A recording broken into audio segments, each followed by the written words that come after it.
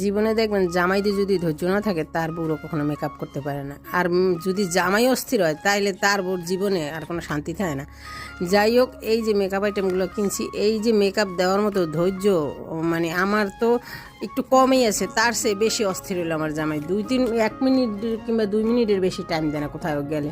রেডিয়েশনে হুলুস্থুল লাগাই দেয়, কোনো জায়গায় গেলে হেয়ার মাথা 420 হয়ে যায়। মানে টাইম মতো যাইব, উড়ল দিয়ে যাইব, যদি পারলে উড়ল দিয়ে চলে যায়, মানে গাড়িতে ওঠার মতো ধৈর্য তার নাই। এই অবস্থা হলো তার।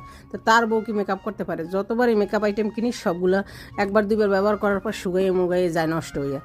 যাই হোক, এইবার দেখেন একদম সস্তায় কতগুলো মেকআপ টেকআপ কিনে আনছি। কই যাই হোক, দামিটা কিনে নষ্ট করে ফালাইয়ে লাভ নেই। একবার ম্যাকের ফেস পাউডার কিনে দিয়েছে, কিনে দিয়েছে, ওগুলো দেখি কয়দিন পর আর ব্যবহার না করতে না করতে এমন হয়ে গেছে, এখন দিলে আলগা আলগা হয়ে যায়। তাই এই জন্য দামিগুলো বাদ দিয়ে এইগুলো কিনে নিয়ে আসছি, আপনাদের সাথে শেয়ার করলাম।